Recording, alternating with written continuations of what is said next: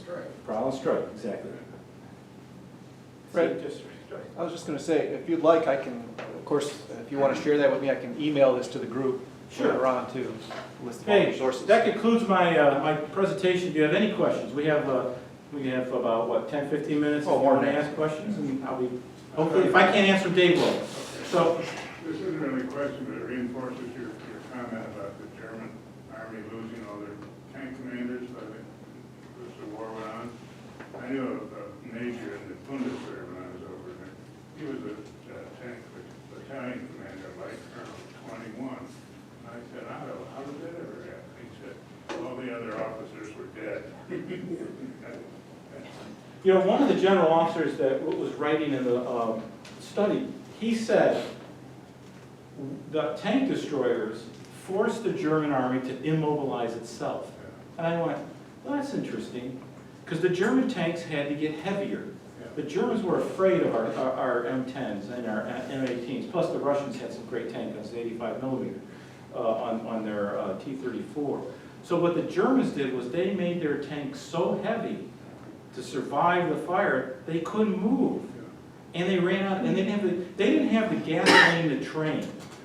The King Tiger crews that went into the Battle of the Bulge had 1 week of driver's training, and they got to fire 2 rounds of practice before they went into combat. You can't train doing that. Our guys were you know, training for 6 weeks, firing hundreds of rounds, everything. They weren't doing it. They immobilized themselves. They just didn't. Sir? What is the future of the tank in today's? That's a good question. The tank is not going away. The tank is an indispensable means for combat. The tanks are so well armored right now that it's hard to defeat them. And you can put, you know, like we did in Iraq, we put kits on them so they could survive in the cities, because that's where the close-in weapons would get them. They're not indestructible. People are going to die in battle. Tanks are going to get knocked out, but the tanks are still, every army uses them. And they're not going to go away. I mean, the Abrams is so well designed, that tank entered service when I entered service. And I'm retired many years later, and it's still going. Now, it's different versions, it's being upgraded. They're now building the M1A3, they're going through the process of upgrading it once again. But it was designed, by the way, to be changed. That armor can be taken out and new armor put in it. So, no, the tank has a future. Everybody still uses, because you still need that mobility. You still need that mass, and you need that protection. It's protection, firepower, mobility that make a modern armored force work. And the tank is still the only thing that can do it. Nothing else can. Yes, sir. Handheld anti-tank weapons. Okay? The bazooka, Yeah. the Russians, the Germans copied the design of the warhead. Yeah, the RPG-7 is still the most used anti-tank weapon in the world. I fired about 200 of them, because it was part of my job, was to counter that weapon system. The handheld anti-tank system is lethal. But I'll tell you, the good anti-tank gunner is a dead anti-tank gunner. That's what the machine gun's on your tank for. You got to shoot them. It's combat. That's why you have combined arms. The infantry has to be with you. I mean, I remember watching a video of one of our tanks getting shot in Iraq by a Iraqi with an RPG-28. And he took 5 minutes to aim, and I'm like, where's the infantry? The infantry should be around it. Because we lost a concept, we were in a static mentality, we lost the concept of having infantry around them because they would be vulnerable. So, yes, you don't, here's the thing, tanks don't fight alone. They fight with other tanks and they fight with infantry. That's how you counter the handheld anti-tank weapon. Because one thing about an anti-tank weapon, a handheld anti-tank weapon, you've got to get within 200 meters. You've got to get close. 200 meters is close. Well, it depends upon where you are, like in the jungle or something like that. Yeah, well, again, The law was extremely effective. that's right. But again, like when Germany, whenever I came to a forested area, I would always have a tank platoon attached to me, and I'd always lead with tanks. You always want this most survivable. But when I came to a forested area that I wasn't sure that the scouts hadn't gone through, I got my infantry out and they ran ahead on the ground to see if there's anybody in there ready to get you. You have to do that. Combined arms. Yes, sir. The seeking vehicles, how come they were not heard by the enemy? Which vehicles? The seeking, those vehicles that were seeking. Oh, they were. There was a lot of recon by death. Okay.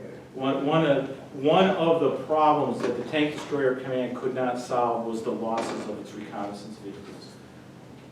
If they did it right, they wouldn't be seen, but you know, you're still driving around in a vehicle. The idea was you're supposed to get out, you move to position, you get out on foot and look, and if they spy you, they hit you with artillery.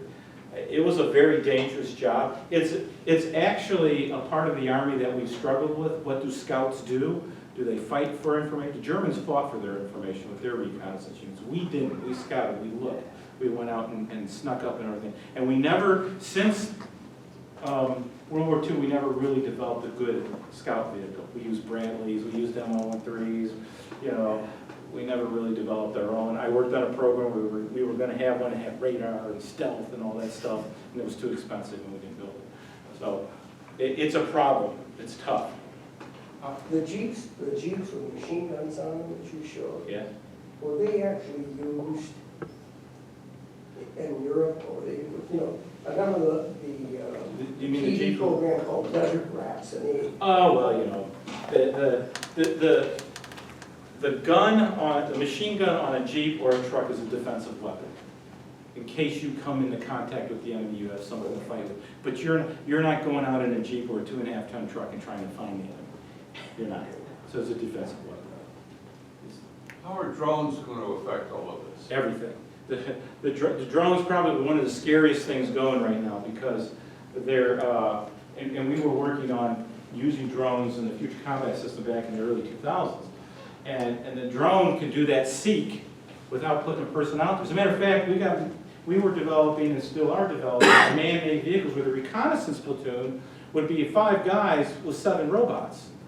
And what you do is you'd hide with your cell phone. No longer is it going to be it's not going to be a computer. When I was doing it was a computer. Now they're actually developing where the guy would have a cell phone and he's watching the robot go out and find the enemy. So drones in the air are scary and drones on the ground are scary. Here's the thing, there's this concept called the swarm. It's these little tiny drones, they're about this big. And what you do is you open up the back of your Bradley and 1,000 of them go out and they find a tank and they kill it through the top. Yes, that's going to be the weakness of the tank, is the drone. The drone can be a problem, but there might be a countermeasure. You can jam it. You what? Jam it. It takes a signal. Unless it's autonomous. Once we develop them to be autonomous, now we got another problem. But right now, they're not. Somebody's back with a joystick on his cell phone. You go buy one now. You fly it off your cell phone, by the way. Cell phone technology is big in the Army. It took, believe it or not, it took the Army 10 years to figure it out. Some general goes, you know what? I remember when they were this big. Yeah, now they're tinier. They're developing a reconnaissance drone this big that a soldier will carry in his pocket. And when he goes into a building, he throws it around the corner and watches on his cell phone as it goes down the thing to see if any bad guys are down there. That's what they're developing. Huge, huge. It's going to change the battlefield, really. I think so. Drones. couldn't local police be using something like They that? already are. We just don't know. I'm kidding. I'm kidding. Anything else? Any other questions? Sir? What about the airplane, the Warthog or whatever it was called, wasn't that an anti-tank? The A-10, the A-10 Yeah, is still in service. It's going to be in service for a long time. The Army loves that airplane. The Army loves that airplane so much that 15 years ago when the Air Force was going to get rid of it, the Army goes, we'll take it. And the Air Force goes, no, that's okay. It just went through a wing refurbishment program. Boeing got a contract, put all brand new wings on it, to extend its life another 30 years. The airplane's great, absolutely great. But you got to have a permissive environment for it, though. The A-10 cannot go into an environment where the enemy has air superiority and be shut down because it's slow. We got to remember that. So it needs F-16s and F-15s and F-35s to protect it. Sir? You mentioned the Soviet tanks, 60s, 70s, 80s. By then, we had gotten rid of tank destroyers. We were just relying on patent tanks and whatever. was there a point where we started watching what they were making and thinking they might be getting the upper hand and the main battle tank isn't going to be enough anymore? Oh, yeah, and that was in the 1970s. After the 73 war, we took a hard look at what the Soviets were building. And I gotta make sure I'm talking about classified stuff, but what we did was, we took a hard look at it, and that's actually why we built the Abrams. The Abrams was designed to be a tank that could go up front and fight and take hits from the Soviet tanks and survive. It was the only solution we could come up with, and it would be backed by missile-firing Bradleys and stuff like that, and A-10s, air-land battle, helicopter. The idea was, by the 1980s, and this is what I was going to do in Hunfeld, Germany, when I was supposed to stop the 8th Guards Army by myself, no. But was we were going to use obstacles and aircraft and force them into this valley. And when we got them into the valley, the tanks were going to be in front, the Bradleys were going to be up in the high ground, and the A-10s and the helicopters, we'd get them into this kill zone and just hammer them. That was the idea. And that's the same concept that happened at El Gutar. It's exactly the same concept, but with different means of doing it. That's all. Same concept. The Brits came out with the reactive armor, Yes, and that's what we use on the Abrams. we use it on the side of the Abrams as part of the ARAT, the kit. It's the Abrams kit for when you go into the cities. It works against RPGs. It works against heat warheads, the hollow charge warheads. And how it does that is, I work this program. I work countermeasures. The hollow charge fires with a copper warhead, which is a cone, and it collapses when it fires. You're the armor. I'm coming towards you, and my cone's open like this. It's got a warhead. It's got a shield in front of it. When it fires, it focuses the jet, and it burns through the armor in that direction. What the reactive armor does is it fires so fast it throws a plate up in the air, 2 plates up in the air, and it uses explosion, and it eats that jet. So the jet's going like this and the plate's going like this, and it's using that material of the plates to eat the jet. By the time the jet hits the main armor, it's not strong enough to go all the way through. That's how explosive reactive armor works. It does not work against a long anti-armor dart coming out of the armor-piercing, fin-stabilized, discarded saber round. That's moving really, really fast, and that's just a dart, 66mm dart, coming with a force of 120mm gun tube, really fast. Now they have been working on, the Germans, Mexis Armor was working on a reactive armor that would fire a fast charge that would cause that dart to turn, and it would yaw, and it wouldn't hit with the pointy end, it would hit with the flat end. That's kind of tough to do. It takes a really good radar. Computers and radar is what allows that all to happen. Because all has to go off at the right time. Another thing is you fire a counter munition back at the missile or at the dart. You fire a little rocket, it sends out balls, and it tears it up. That works too. Sir? What's your perspective on Afghanistan? When did they go? Oh, another story. We're going to be there a while probably. Those kind of wars don't end. And you know, what was funny, not funny, but the United States Army in 2008 came out with a report that says we're going to be there a long time. Now, this is proxy warfare, this is low intensity warfare, it's whatever you call it. There's always going to be a small amount of American soldiers that are going to have to be there to bolster and train that army until the Afghans can. How about Iraq? You know, that's, again, you know, I was starting to study this before I retired, and I didn't do much work on it, but there's this whole new concept of warfare of the states that cannot challenge it. No one can fight the United States, really. You can't fight us head to head. We have too much stuff, we have too much money. Our tanks are lethal, our airplanes are lethal. They're afraid of our airplanes, my gosh. But you can fight us with sneaky guys and hit and run. And that's the weak man's war. That's how we won our American Revolution. It's the weak man's war. That's how you fight the big army, okay? So it's what I call a state of perpetual warfare. The United States is always going to be at some level of warfare over the next 20, 30 years until people finally realize fighting us is stupid. Oh, yeah. But they don't.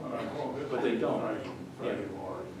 So, So, I mean, that has nothing to do with tanks, but, you know, it's just a reality. But it's not gonna be done by massive armies and lots of people. It's gonna be done by special forces. One of the big things that we learned this in Iraq, this is how we fought the Syrians, is we don't fight. We go and we train other people to fight for us. And I tell this, you know, people all complain about it. I said, there's a lot of Arabs, there's a lot of Muslims dying every day to fight the bad guys in Iraq and Syria. They are. They're fighting very hard and fighting very well. The rebels in Syria, they've lasted for 7 years. It's fantastic. So think about that. That's how you fight. You get someone else to do it for you. You pay them. That's how we got out of Iraq in the first place. We bought off the Shiite militia, and they said, fine, we'll quit. Nothing wrong with that, I guess. Oh well. Anything else? Anything about tank destroyers? Yeah, real quick, we're kind of close out here. Do you see us creating a specific dedicated platform to fight tanks, like a direct fire platform, and then having a cavalry style tank? No. It's the only thing that I would say is close to it is there's called the Mobile Protective Firepower System being developed, and it's to give a light armored vehicle with firepower for the 82nd Airborne Division that they lost when they lost the M551 Sheridan when it went out of service, and the M8 Buford was not produced to replace it. And they've been screaming for it for 20 years that they want a light tank back, a light tank. We don't call it that, we call it the Mobile Protective Firepower. That's the closest we're going to have to it. But what you are going to see, continue to see, is platforms like this that have a missile on it. Because the missile can reach out and get a tank at 4,000, right now it's 4,500 meters. The Javelin that they're going to put on, it's a little shorter range, but the Javelin doesn't fire with a missile. The Javelin's fire and forget. You paint the target, you fire the missile, it goes, it's fully autonomous. It goes after that tank, you can run away. That's what you're going to see, missile platforms, continually. But they're going to be a support by fire type of platform to support the infantry forces. And you're going to see these guys. These guys are nasty. Is the Javelin vertically launched? No, it fires like this. It's a really fight. If you ever see them fire, it comes out, it looks like it's about to fall down because it has a launch motor that pushes it out of the tube, and then it struggles until the main things, and then it goes whoosh, and then what it does is it comes down on the target. But there's fire and forget tows now too. They've developed them that they no longer have a wire behind them. Those came out in the last few years. So that's what you'll see. Sir? Kind of like an Antos? Is that what you're? Oh, but the Antos had the 6 recoilless rifles on it, yeah. You know, that was never used against a tank, but it sure was a great fire support platform in Vietnam. Certainly was. I fired the 106 recoilless rifle. You don't hear for days after that. Thing was loud. As a matter of fact, you were, for training, you can only fire it so many times per month because it hurt your lungs. And it has such a blast concussion to it. Sir? Yeah, those helicopters, aren't they very vulnerable to anti-aircraft Sure. fire? Yeah. No free lunch in combat. Everything's got a vulnerability to it. But the idea is that it pops up. See, what this has, this is what makes this thing lethal. You see this thing? That's its millimeter wave radar. What it does is it gets behind trees and it flies where only that's exposed. Now that's not very big. You're not going to see it. And it goes boop. And when it goes around once, it goes, there's a tank, there's a tank, there's a tank, there's a tank, there's a tank. It programs those 7 missiles, pops up, fires them, pops back down, the missiles go. It already, before, those guys never see the tanks they're shooting at. They do it all by the radar. That's how that works. It's incredible. Good stuff. Did you learn anything about tank destroyer history by playing games like World of Tanks? Not by World of Tanks, no, because World of Tanks, it gives you a false sense that those things can drive around and kill like some 6-year-old kid's driving his little M18, and here I am in my Sherman thinking I'm cool, and he drives by and kills me. No, it doesn't work that way. But you can learn it by games like Armored Brigade, Panzer, MBT, board games and computer games, Strike Force, and some such games like that. Yep, you sure can. Personally, right now, I'm really excited about Armored Brigade. I've been playing it every day for the last 2 weeks. Because what it does is, it's paced realistically, slow and deliberate. Combat isn't a fast click fest like you see in all these first-person shooters. Fast people die in combat. It's slow and deliberate people don't, and that's what this game really is. It's designed by a guy in Finland. He's been designing it for 15 years. Finally came out and sold it in the last couple of years. Get it through Matrix Gamers, Steam next month. If you want to follow more of Fred, you can actually follow him on Facebook, where he'll post a lot of those games for you. I know how to do all that. As you said that there was not much on the Western Front, I mean, tank battles, because the United States was just advancing, so to say. But they're on the Eastern Front. How did they do it there then? When there wasn't there Sure. You know, tank battles there? You know, it's interesting. In 1943, the Germans developed what's called the pack front concept. And it was designed off of what they experienced and what we did in El Gutar. They looked at it and they went, oh, that's a great idea. And they came up with the idea of massing anti-tank guns against the Russians. And the Russians didn't like it. The Germans developed a really good anti-tank gun. It was a 75mm Pack 38. It was this high off the ground. It was really low, really hard to find. But you see, the Germans were running out of money and capabilities too, so they had to rely on anti-tank guns and assault guns as opposed to tanks by the end of the war. But the Russians just massed against them. I always said the Russians expended tank battalions like ammunition. Tank battalion dies, who cares? They got more. They're coming. It was incredible. The bridge too far, Yeah. watching the Brits go down the road there and the Germans with their anti-tank guns going off. Yeah. That was quite something. Well, yeah, that's a battle that's going to be argued about forever. You know, was it the right thing? Was it done right? You know, no flexibility when you're going down one highway. That was a problem with the plan. One of the problems. Remember, no plan survives contact with the enemy. One of the big problems, I was reading a discussion today about that, was that the plan was based on the assumption that the Germans were weak and kind of licking their wounds and not ready to fight again. And oops, 2 Panzer divisions happened to be refitting in that area that nobody knew about and were ready and able to fight. And the Germans reacted well. The Germans were really good at reacting well. That was the problem with that. Everything had to work right. You never design anything in the military where everything doesn't work right, because nothing ever works right. You got to plan for that. Thank you very much for a great audience.